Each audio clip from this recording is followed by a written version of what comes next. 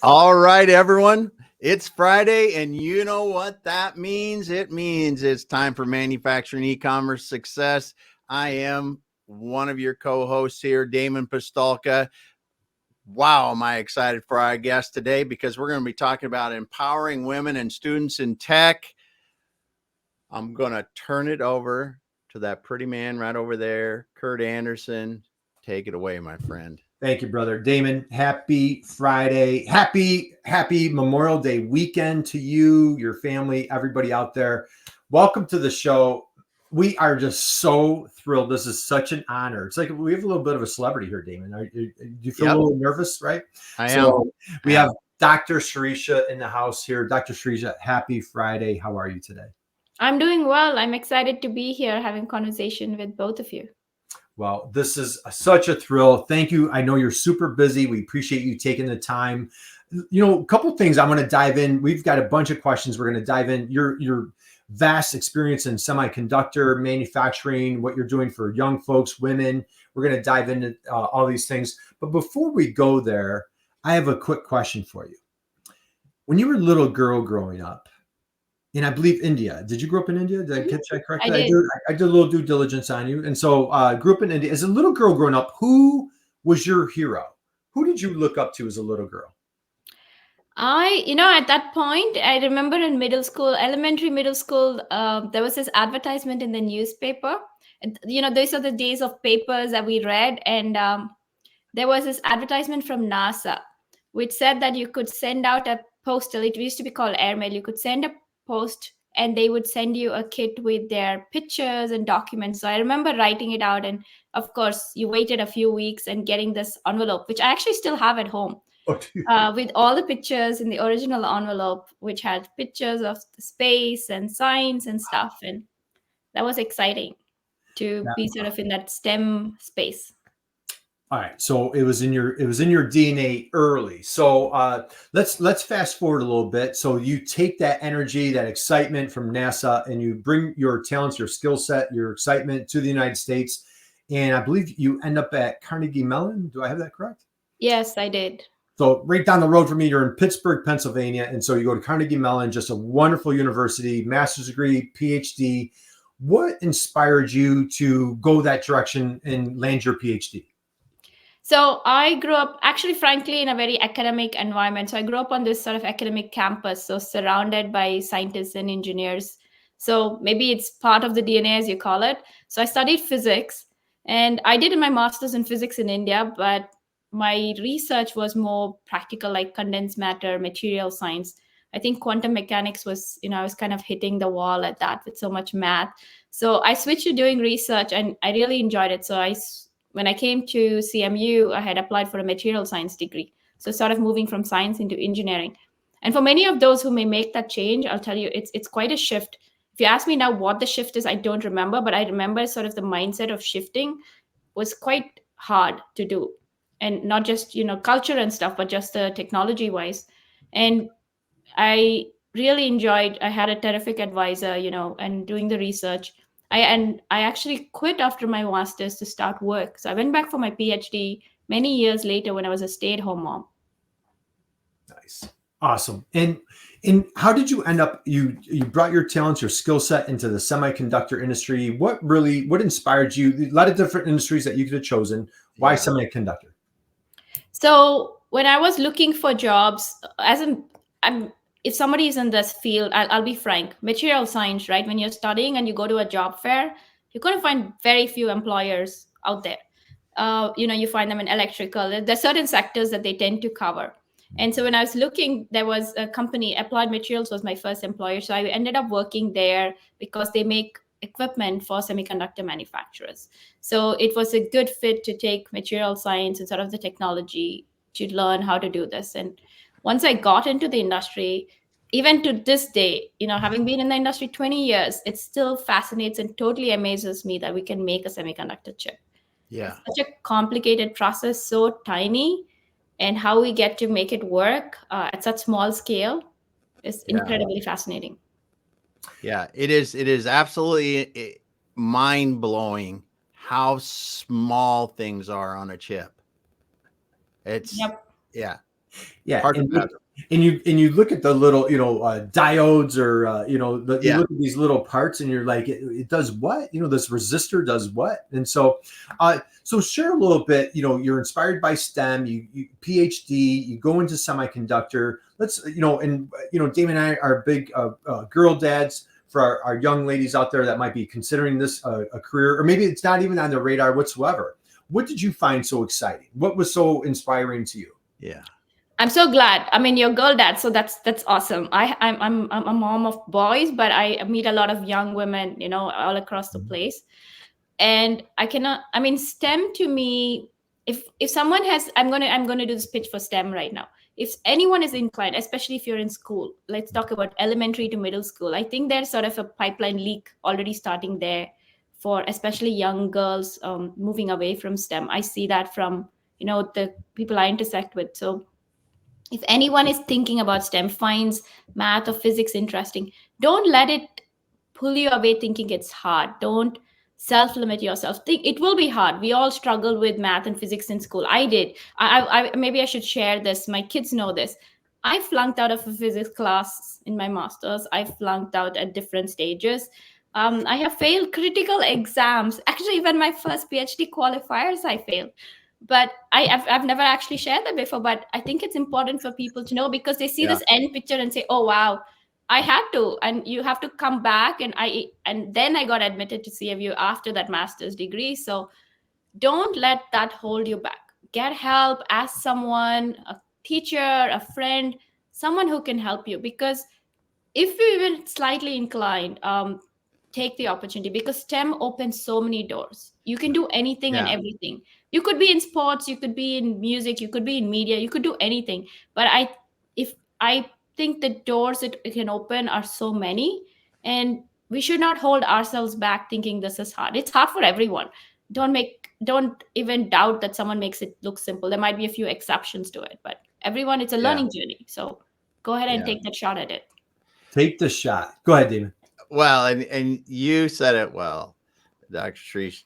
It is if you're not pushing that hard in your education to really go to the point of failure, of I don't know how to do this, you're really not pushing your education as far as you could.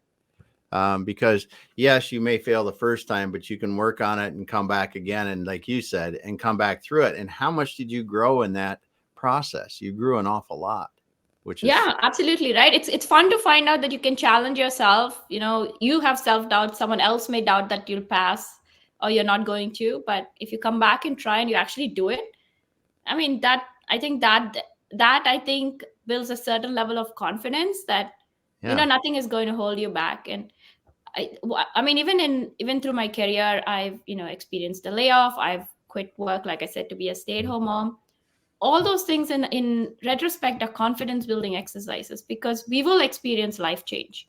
The question is, how do you react to it? How do you come back from it? And I'm not going to make it sound simple. People are in different life situations. Their Yep. circumstances may be incredibly more complicated than mine were. Look for support, find a support network. And I think that's also really helpful. You have to find a network, find some supportive friends, move out of the house. It could be going to the library, it could be anything, taking a walk. But we need to be able to push our own boundaries, because I mean, technology is changing so fast. We don't know what AI and all this thing is going to do to our world, right? And unless we keep learning, we are going to stagnate and hit a wall again. Right.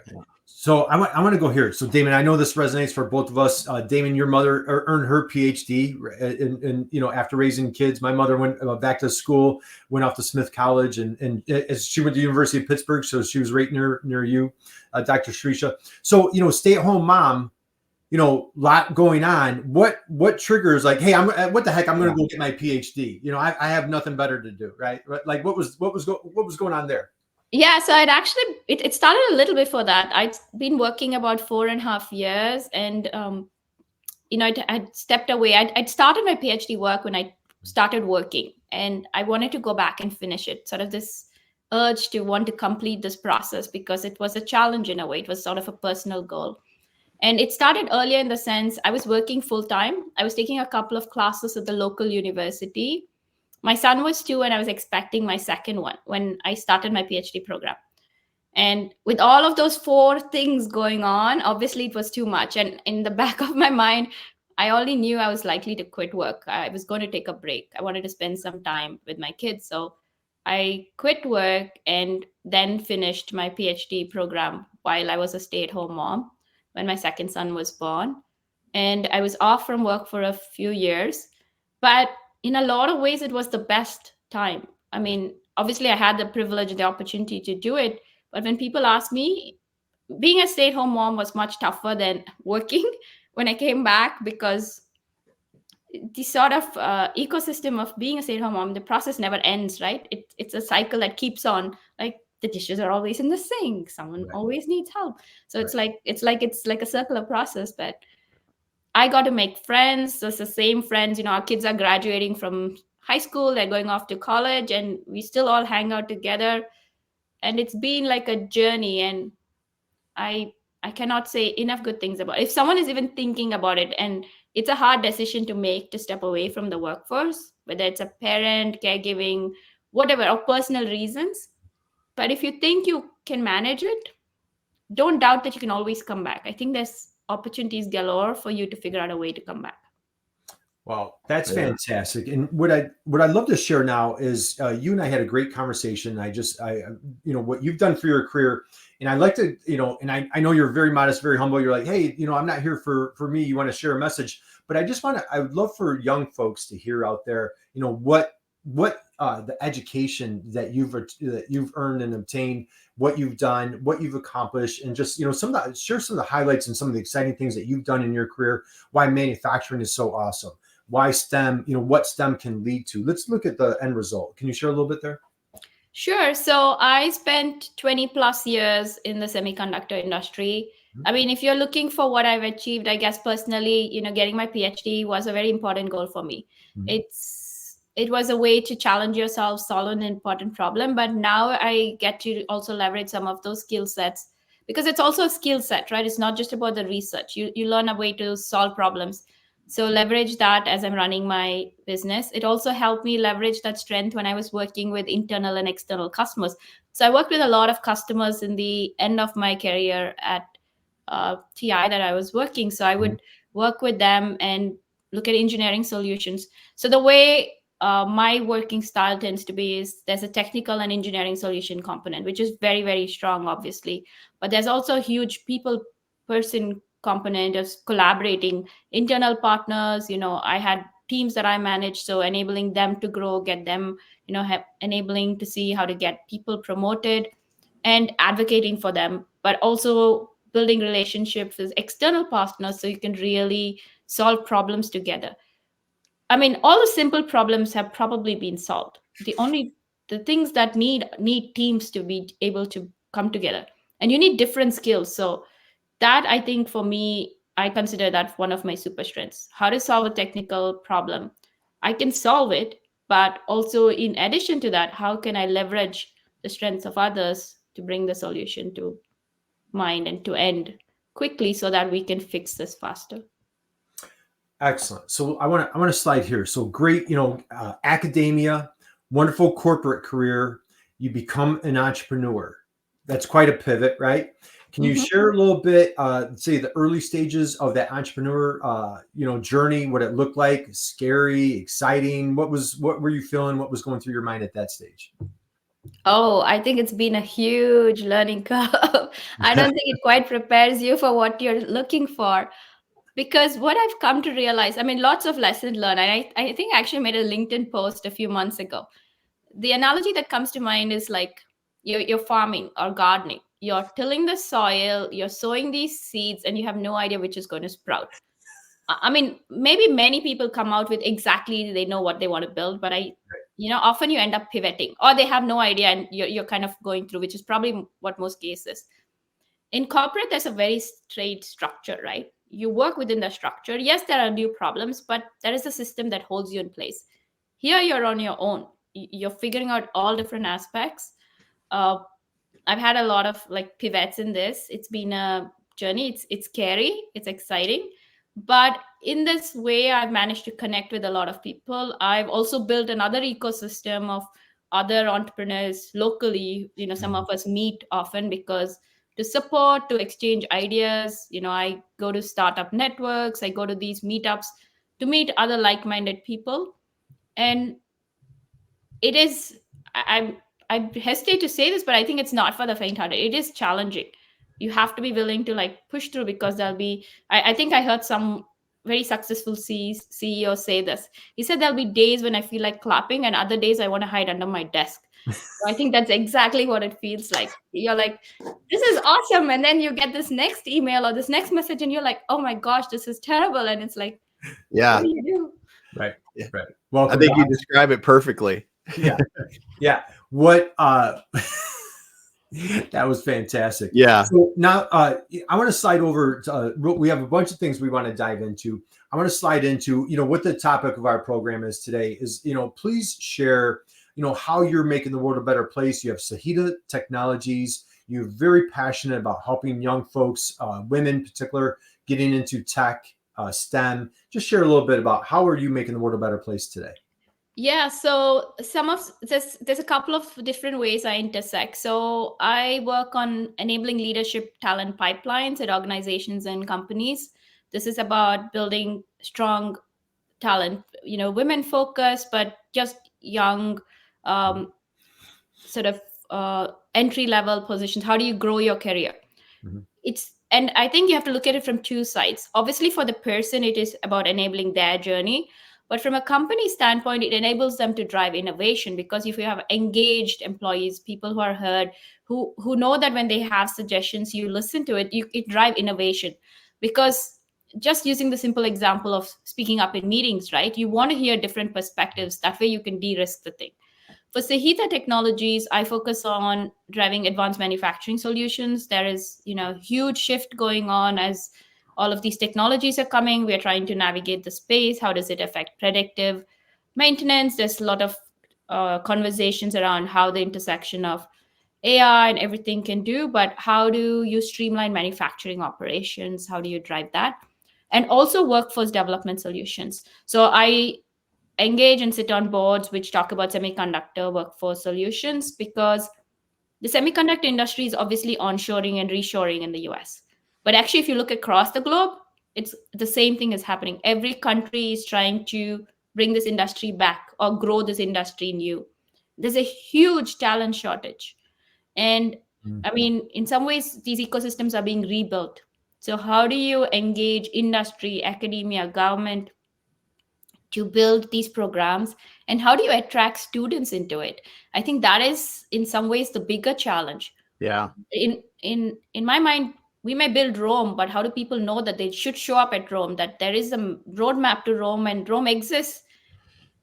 Yeah, And we talk about that every week. We talk about that in manufacturing. But there's so many people don't even know the wonderful opportunities that there are in all parts of it. And exactly, and that is a big challenge, because I just look at my own kids and the ecosystems I'm in, right? A lot of kids are moving to computer science, which is a tremendous field. But where do they see it? They see it with Google and Meta and all of these companies, and they pay really well, and they see these opportunities as industries, manufacturing sectors, advanced manufacturing companies, be it semiconductor, aerospace, all of these companies, they have a talent shortage gap. They are trying to attract technician, engineering talent. It doesn't have to be a 4-year degree. It could be a 2-year degree. It could be a certificate. But how do you let students know that these opportunities exist? Because not everyone wants to code or work in front of the computer. I'm not a coder. I mean, I use software tools, but if you ask me about how they work, I do not know. But I like the engineering problem solving. Some kids, young people like hands-on, they like building robots, they like fixing their cars. I mean, they could be doing anything. So it's a different set of skill set that they have to know that, hey, there is this whole industry that I can be extremely successful. I can get to work on the coolest stuff and, make good. I mean, one of them, let's not forget the economics. You want to make good money, you're going to make really good money. And even if you talk about AI chips won't exist if these manufacturers don't build the chips. So It's a circular Yeah. economy. We need all of it to work together. So we Yeah, need. it's so great. So great. We got Diane Byers weighing in. Hey, She's Diane, she happy Friday to you, yeah, my friend. Great to have make the world a better place, help grow their career. Awesome. She's such a great supporter of manufacturing, Dr. Sirisha. And she said, "You're speaking my language." And then one of the things, like I said, we talk about this a lot. Absolutely. How do you let them know about these opportunities? And she's speaking towards children and younger people and the opportunities in manufacturing, because so much. Yeah, so I mean, there's no one solution that fits, right? So there's many different ways. So at a community, at an ISD level, at a school district level, or be it charter or private school, is finding parents or mentors who work in this. It could be the robotics club, it could be other things. And I know that all schools may not have the facilities to do this, but I've gone to robotics competitions, and sometimes the schools that you don't think have the facilities are the ones that are extremely successful. So don't let that be your barrier. It's about working with your local economic demo, EDCs, your local chamber of commerces. It's about your local universities, community colleges, SME, the Society of Manufacturing Engineers, there's SRC for semiconductors. There are all of these national consortiums that exist that are advocating for this. There's a lot of things going on. There is, like for girls who code, there are these organizations. If someone wants to know more, they can just email me or DM me on LinkedIn and we can have another conversation. But there are things going on, but we need more visibility. And let's be frank, everybody's on digital media. If you're trying to catch Gen Z and whatever the next generations are, you have to have a digital presence. You Yeah. cannot do it the old fashioned way and expect them. I mean, I'm also dating myself when I say that. I don't mean anything by it, but we cannot expect them to necessarily fit into our ecosystems. We have to understand where they are and go where they are sitting, because they are not. And I don't judge them for it. I think it's great that they are very clear about what they're willing to do and what they want to do. And kudos to them for holding their space. And we need to figure out how to mesh it together. Mhm. We cannot each hold our fort and say we will stay where we are, but we need to bring people together to solve this. All right. Tons of ideas there. Great suggestions. We bring on, as a matter of fact, Damon, next week we have the Manufacturing Extension Partnerships. That's a great organization throughout the United States that supports manufacturers. We have a great program coming up on Wednesday. We're going to do a deep dive there. Dr. Sirisha, how about for our manufacturing friends? The manufacturers themselves, constantly, through COVID, post-COVID, they're looking for talent. Any tips, suggestions, advice? I know you rattled off a bunch of different organizations, but what could they do internally to maybe build that culture, generate that excitement in their community to say boy, that's a great place to work? Any suggestions for our manufacturing? Yeah, especially, okay. So my understanding, what I've learned is if you're looking for technicians, they're often from your local community. These are not the people who are necessarily commuting long distances. They may move, but not likely move from Colorado to Texas for a job. Right. So your local economy is very intrinsic to this. So I would say those companies need to be, companies tend to have, say, let's bring your kids to work. They are certain ecosystems. You need to start going to these schools, inviting school field trips, going to the teachers, having workshops for the teachers. What we forget is teachers are your biggest advocates, right? I mean, I'll give an example. When my kids are in school, the counselor has 300 students. There's no way she can engage and tell them what to do. And she has such a wide variety. Your science teachers, your math teachers, the ones who see the kids daily, get them to, have programs, have summer training programs for them. They are also looking for opportunities to learn and grow. Pay them a stipend, have them come and have a workshop. There are so many ways, because if you get your local community, your teachers, your other ecosystems to be advocates for you, they want to grow. They want to see their own children, other children succeed. They want their communities to grow. They need jobs. I mean, that's part of what every city's charter is. Do the partnership, try and figure out how to intersect this. That is one way to do it. That is a fantastic way to do it, Yes. right? And I tell you, you just gave a phenomenal idea. You know, we work with manufacturers on trying to figure out the whole e-commerce thing or digital transformation, and it's not just attracting customers; it's attracting ideal employees. You're making such a phenomenal point. You know, so for our manufacturers out there, where maybe if they don't see the value in, well, I'm a manufacturer, why should I have a Facebook page or why should I have a YouTube channel? What a great, I did an in-person workshop yesterday, and one of the manufacturers was talking about how they're doing all sorts of videos. And now people are chiming in on their videos. Hey, we didn't know that you did this. We didn't know you had this. We didn't know that your staff looked like this. You know, what a wonderful culture you have. Like it's letting the community know like what's behind the curtain, you know? And, you know, so it's not necessarily just attracting new business or new customers. And one gentleman that was in our workshop yesterday was like, hey, we're at capacity. We can't take on another customer. Well, guess what? You need to recruit employees. That's why you need to have that digital presence. So any suggestions there as far as like what they could be doing online to help strengthen that presence? Absolutely. I mean, see, before we had gatekeepers, right? You got only digital media or print media by working with the magazine or with the TV station and stuff. Now it's all equitable in a sense. You have access to free PR, you know, branding yourself, how you show up. And I think we have to be conscious.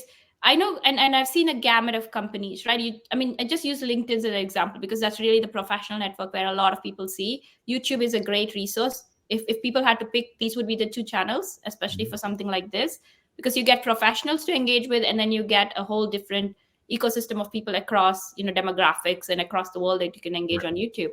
And you get to show who you are, what you do, and that is a great way to connect, to build that, because now you get to control what you say. I mean, not fully, but up to a point.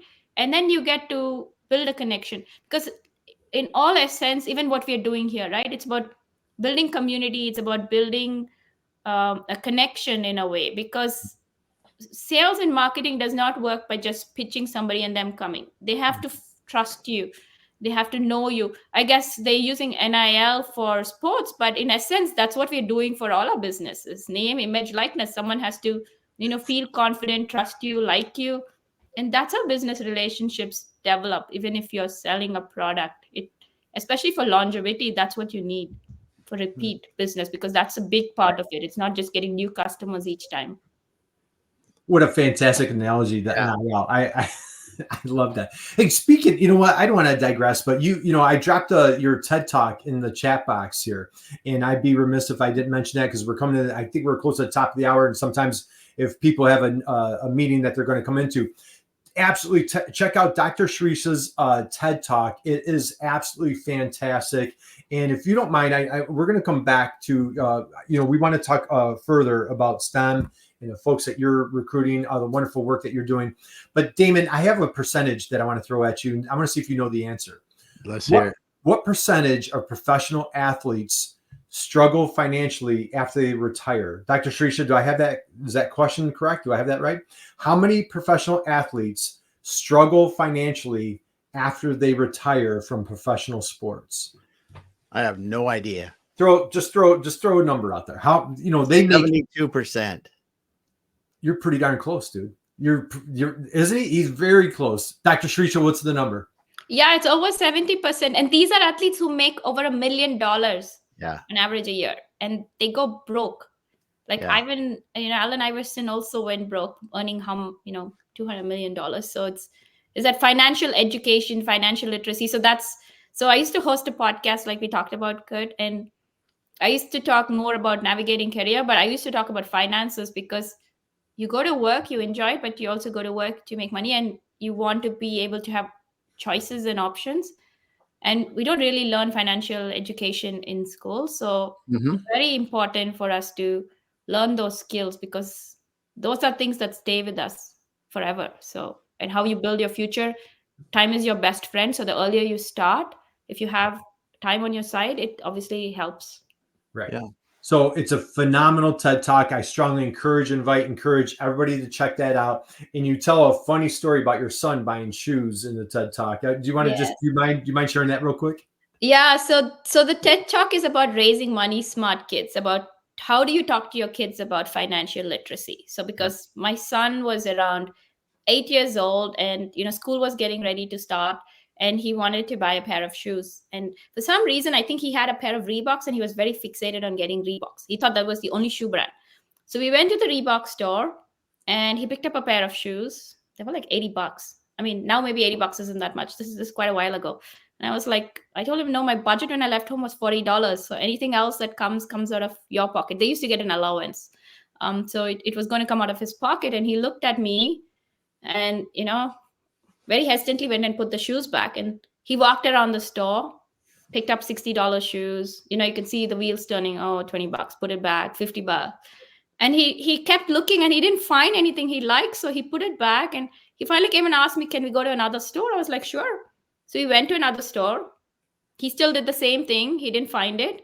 Went to another store again, and I think by the fourth or fifth store, we were running out of shoe stores to go to. The only mall has only so many. So we hit the last store, and he picked up a shoe box. He was trying pairs and looking, and I think he found one that was like $39.95 that he liked. And I was happy, and he got that shoe. And, I paid the taxes. Wasn't going to charge him taxes for it. So he was happy and I was happy, but it was very like staying on budget, because they knew that, hey, if this is the budget I thought about, that the rest was going to come out. So he'd have to see if $20 for a kid and $40 for a kid who's getting an allowance of a couple of bucks a month is a lot of money to give away for a pair of shoes. They're not that tied to it. So I think practice, my TED Talk is full of stories, examples either of mine or things I've read, some statistics, research. It's weaved with this, but it essentially boils down to just what we were talking about career, right? You're going to make mistakes. Right. When you're young, the consequences of making those mistakes is so little that you can learn. Even if he had bought the $80 shoes, he would have still learned something from it, right? That was a choice he would have made. But the earlier you learn, but it comes with a lot of practice. We can talk to our kids, but or it could be your nieces, it could be your grandkids, it could be a family friend's child, doesn't matter. But the more you practice, the better you're going to figure out and learn. And every one of us has different financial styles. So I'm not saying there's a one style. You have to find out what fits you. But there are certain caveats and the basics of finances that we need to figure out how to navigate. And oftentimes what happens is at 21, someone gets a job, and then they figure out, they get their first paycheck and realize taxes. Wait, they told me I'm getting $5,000. Why do I only have 3,800 or whatever it is? Right. What happened to the rest of the money? Right. So yeah. Right. Those darn little taxes get in the way. Yeah. Who came up with that one? Yeah.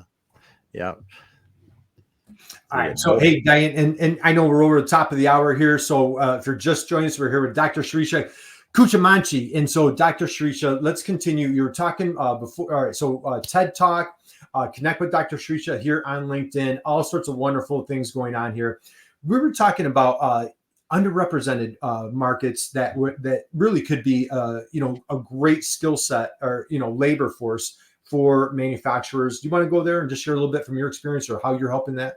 Yeah. So underrepresented. So one of the things that really strongly aligns with what I work on is how do you enable underrepresented communities access to STEM jobs? So this goes back to earlier in the conversation, because STEM, first of all, is technology and driven. And let's not forget, STEM jobs pay really well. So for underrepresented communities who might be struggling or at a certain economic scale, the ability to access these jobs not only helps them, but helps lift their families, their communities. Oftentimes what we see is we look for role models, right? We need to find people who look like us, who hear us, or who might have walked something similar. Not always, but it definitely helps.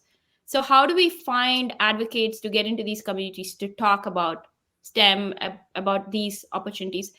And it goes back to the conversation on schools and teachers and stuff. You need to be where the students are, because they don't, if I'm a student living in a community where, say, my parent works 2 jobs, we're constrained for time and economically, how do I know what is out there? All of us as kids are usually only surrounded by the ecosystem that our parents and we surround ourselves with. So we don't have you have digital media, but digital media gets curated a certain way. How do you find out what is there out there? And how do you access them? So it's very important to be able to, I don't know, you could mentor, you could work with different sectors. It goes back to, if you're talking about manufacturing companies, it goes back to working through ISD. Like I know this gentleman who hosts the Renaissance Drew, and he reaches different communities and talks to them about manufacturing jobs. Young people are excited about it. They just don't know about it. How do we get them? How do we retain them? Because in this economy, yes, getting talent is hard, no matter which sector of the industry you're, but retention is a big challenge. Companies struggle with retaining young people, right? Because they want to move, they want to try new things. It's a very different, like when I joined, people had 20-year badges, 40-year badges, and it was like a sort of a question of pride and honor to have that. And that's what we looked. But now if you look, 3 years, 5 years, people usually want to move and try something different. So I love what you're saying. And again, referencing the workshop I was at yesterday. So manufacturer, they make these massive magnets that go on cranes, and they're picking up metal work and what have you. They are absolutely crushing it on YouTube Shorts. And what they're doing is they're experimenting with different songs on the different shorts. And so they're studying their demographic, their ICP, and they're like, well, it's older dudes. And so they're playing like a Queen song, or like, some songs that, the Damon guys our age would listen to. And they're getting thousands of views by playing, Queen, We Will Rock You. And it's absolutely hysterical. So, and here they're just being creative. They're being innovative, but what they're doing is they're meeting their customer. I think Diane dropped that comment, meet your customer where they are. And so, we've now become, my buddy sent me a little GIF or whatever the other day. It said, I watch Instagram Reels, which are, the TikToks that were hot 2 weeks ago, So it's like, I don't watch TikTok. I watch Instagram Reels, that were popular from 2 weeks ago. So, but the thing is, like, communicating with that customer, with that ICP. Dr. Sirisha, what have you seen, as you're coaching with folks that you're working with, any examples? You mentioned Drew, any other examples that you want to share that's working really well? Yeah, because so I work a lot of industry academia collaborations, right? Like, how do we build a digital strategy? How do we look at a digital footprint? How do we strategize on building workforce solutions? Because everything we have to take a step back and look holistically. Like the way I like to work is, okay, I know here, but my question always is, what is your end goal? What is your ideal end goal? Don't tell me today, 1 year from now. Like ideally where? And sometimes we've not thought about it, which is fair enough. But where would you like to go? And asking those questions and making people think about it. And then asking, how are we reaching this customer? Who is your audience, right? I mean, you host this show. You're always thinking, who is your audience? When I started a podcast, I didn't think about who my audience was. There was a message I wanted to talk about. But then you start thinking about, everyone talks about this avatar, and you have to think about who your audience is. I mean, who your audience is. There is Kurt, who likes listening to Queen music. He's in manufacturing and he likes playing pickleball on Sunday. Whatever it might be. You need like this whole persona, and you have to kind of talk to one person. Right. And the thing is, the solution when I'm working with someone right now is not about what I think the solution should be. I need to understand if my customer is going to think of that as a solution. So I need to actually reach them and ask, hey, this is how I'm designing it. Am I reaching you? Are you my right audience? I mean, I know you are my right audience, but is this the journey you're going to navigate? Is this the journey you're willing to navigate? Because if you're not going to use these resources, I can create whatever I want. It would just be a wasted effort. Mm-hmm. So when we're talking about reaching these, you need to reach these, say a high school student who's in 10th grade, who's trying to make a decision. Maybe they didn't know they could be a technician and they want to be a technician. How do you reach them? Go talk to them, go find out. I mean, I know there are IRB regulations and all of this, but figure out how to work the system, make a focus group and reach them. Talk to them, maybe get high school interns to come to your company, work and learn internship with a school campus. Right. Because even students and teachers and, I've CTE coordinators, they want their students to be successful. They're trying to find different ways. The education system, and this is across the globe, it's not just the US thing, is they're very structured a certain way. And there are certain success metrics. And let's be frank, whether we work in education, corporate, wherever, we are driven by success metrics, which are important. They're chosen very carefully, but they're also very structured. It doesn't allow for someone who's not fitting that journey. Maybe you measure college grad, how many kids are going to college. But what if someone wants to take a different path? They don't show up on your metrics. So what resources do you have for them? And how much can you allocate to it? And maybe you find that instead of 5 students, you really have 30 students who might be interested in this pipeline. How do you figure out that solution that can work for those 30 people? And you start small and then you grow. And then you work with partners. Maybe you find an ISD next to you or community next to you, and then you build an ecosystem together.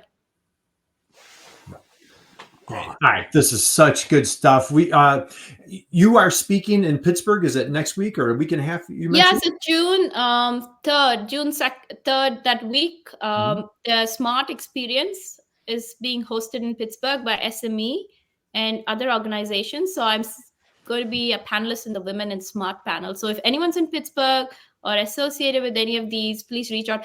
Actually, even if you're not in Pittsburgh, reach out to me. I like connecting with people on LinkedIn. You never know where you'll find an intersection point. So ping me on LinkedIn. Yeah. And if you're looking for solutions, just reach me as well, and we can have a chat. Well, all right. Fantastic, Damon. We'll start winding down. Yeah. And a couple of things that I want to recap on, just, all sorts of excellent tips, advice. One thing, what sparks your passion for this specific cause? Why this cause out of anything that you could be fired up about? So for about a year, I hosted a local radio show, a live talk show. It's a very different experience than a podcast if you have tried doing it. I mean, you're doing a live show here on LinkedIn, so you probably have a pretty good idea. So I used to do it on a South Asian radio channel.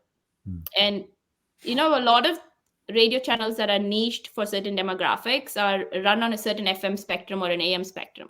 And it got me thinking about, there were probably South Asian, Black, Latinx channels on similar frequencies as ours. And I live in Dallas, so there's lots of different neighborhoods, different economics, demographics. And it's like, I've had a lot of opportunity and privilege, to access STEM, to all of this. Definitely had more than probably most people. My kids obviously see that, and that ecosystem is very different. And I think about all the people who don't have those role models, who may not know how to access this. And I think they would love it. They would like to do it. I mean, I used to work with colleagues who grew up on a farm, and, they're so smart because they've had to, and like when I used to ask, I came from India, so it was very confusing for me in the beginning. And my colleague would say, yeah, we fix everything on the farm because you can't pay someone else to fix it. I'm like, oh, okay, I get it now. And, they're so handy with, like, they would fix their houses, and houses are built very differently in the US from in India. And you're like, how do you fix a house? Fix flooring and it seems very complicated. Over time, you figure out and learn the skills. But so how do you get all these people to access STEM jobs? And there might be people who are interested in art, who want to be content creators. I mean, there are a lot of jobs out there. But I'm just saying, if this is the thing, this is a growing sector. There's going to be more and more and more opportunities. No matter whether you're an artist, you use technology. You could be a makeup artist. You could be anything. Literally everybody uses technology. Your grandparents use technology. There is nobody who doesn't. The question is, do you want to be a part of that economy to do it? Because technology is changing. There's always jobs. Yes, they will change with AI. And like I said, you get to work on cool stuff. You get to get paid well. You get to grow. And then maybe you may change your mind and want to be an entrepreneur tomorrow. It doesn't matter what you choose. But that is a good ecosystem. So my thing is, how do we get more people? And this is a very interesting thing. So when I came to the US, and I think many of us who come from India, you hear about STEM challenges in the US. I'm sure India has some sort of it, but in India, you don't think about it. You don't have that. I mean, there may be less girls in engineering school, but it's not a STEM challenge the way the US seems to define it. Because I remember going for this offsite meeting, and there were 3 of us from India, and all 3 of us said the same thing. We don't think of STEM as a challenge because a lot of people go to engineering school. In some ways, in India, being smart is cool. Like here, athletes are cool. In India, being smart is not a bad thing. You're kind of like actually the cool kid on the block. So it's a very different mindset when you come here and you're like, that is not a good thing. I'm like, okay, I guess I don't get it, but it's okay to be smart there.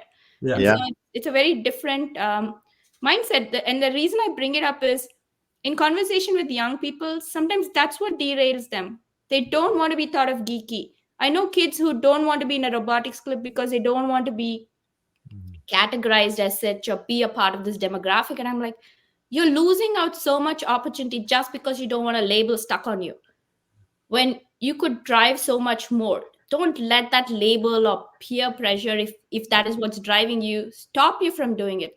Yes, you Yep. can be a cheerleader and be in STEM in the robotics club. Doesn't matter. And I had this fascinating conversation with this young lady who watched Barbie, which, by the way, I haven't seen, but what she said is, what she took away from it is, because she sees this happen in school, she said, I realized that I can be smart and I can be feminine. She thought she had to pick a lane because if she showed up like this, the way her friends treated her was very different. And I was like, I hadn't even thought of it like that. So it is okay to own different parts of your personality. And it's very hard for us to do that. And I can totally understand there's peer pressure as a teenager. I cannot imagine how hard it must be. Yeah. But find an adult, find something, but don't let someone else dictate what you should do for yourself. That's a drop the mic moment. That was a total drop the mic. That was just a thing of beauty. That was a masterclass, Dr. Sirisha. I could not agree with you more. That was such a profound, whatever you want to call it right there. Damon, I don't know about you, a lot of times, it's not cool or hip if you're, smart. So, then you become the dumb jock. And then my problem, I wasn't even a good athlete. So I couldn't, I was just dumb, so I just thought that was absolutely brilliant. What a great line that was. Thank you for sharing that brilliance. Be competitive, be proud of being smart. I just thought that was awesome. All right. I know you have tons of lives that you're changing the world and making the world a better place. Dr. Sirisha, I'm going to let you go. I have one last question and we'll let you go. Now that you're an entrepreneur, best business advice that you've ever been given. What would you say is the best business advice that you really either live with on a daily basis or that has helped propel your business? Best business advice. You're going to fail sometimes, and sometimes it's better to fail fast than pull the idea through continuously and think. I mean, there's a tipping point when some ideas succeed, but sometimes it's just not going to work, but you want to pour energy into it. Just let it go. Don't be wedded to the idea. I think that's the hardest part as an entrepreneur. You're stuck on your idea and you own it and you love it. But if you look at any company's history, the extremely successful ones that we know, they didn't start where they were. They pivoted. Probably many of them didn't stay where they were. Maybe they had a grand vision or did not. Don't be wedded to that idea. In the end, your energy, what you like, what you want to do, it all come together. So that is part of figuring out that journey. Fail fast and pursue. And hey, Gail's here today, Damon. Hey, Gail. Happy Friday to you, my friend. And then she's doing the fail fast is so true. That's right. So, all right, Damon, we will wind down. Thank Dr. you. Sirisha, we can find you on LinkedIn. We have your TED Talk in the chat box. Any place else that you'd like folks to find you? Yeah, so connect with me on LinkedIn. If people are looking for, having a conversation on advanced manufacturing workforce development solutions, they can still find me on LinkedIn and check out my Sahita Technologies webpage, and you can connect with me. And we can see how to work together. Well, first off, I want to give you a huge, huge thank you. And how about a huge round of applause, Damon? And let's give Dr. Sirisha a wonderful round of applause for just being so awesome, sharing your energy, your inspiration, your truth today. We appreciate you. We applaud you. We commend you. Keep inspiring our young folks out there and just let them know how wonderful manufacturing is. You are an incredible inspiration to all of us.